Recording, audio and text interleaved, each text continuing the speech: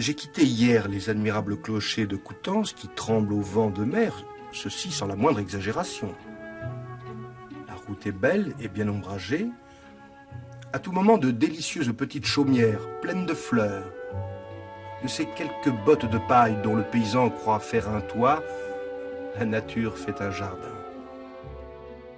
En voyageur curieux et particulièrement passionné de vieilles pierres, Victor Hugo ferait 1000 détours pour découvrir et au besoin dessiner quelques monuments remarquables ou plus discrètes églises.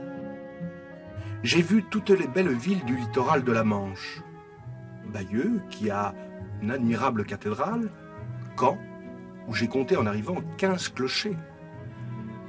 À tout moment, dans le moindre village du bord de la mer, on rencontre des flèches de pierre admirables qui sortent, chose étrange, d'une toute petite église, comme ces belles fleurs des champs au juché sur une vilaine plante.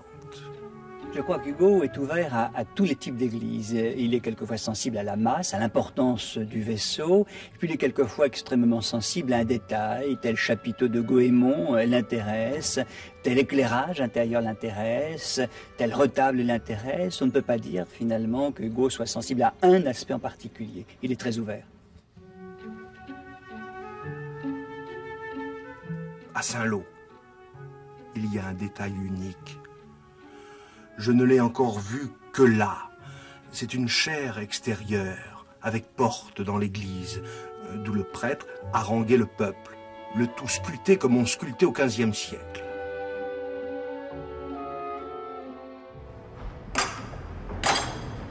Je suis aujourd'hui à Dieppe.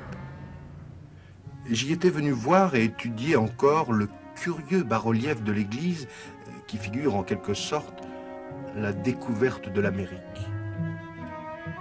Amis, c'est donc Rouen, la ville aux vieilles rues, aux vieilles tours, débris de races disparues, la ville aux 100 clochers carillonnant dans l'air. C'est Rouen qui vous a, Rouen qui vous enlève. Je ne m'en plaindrai pas.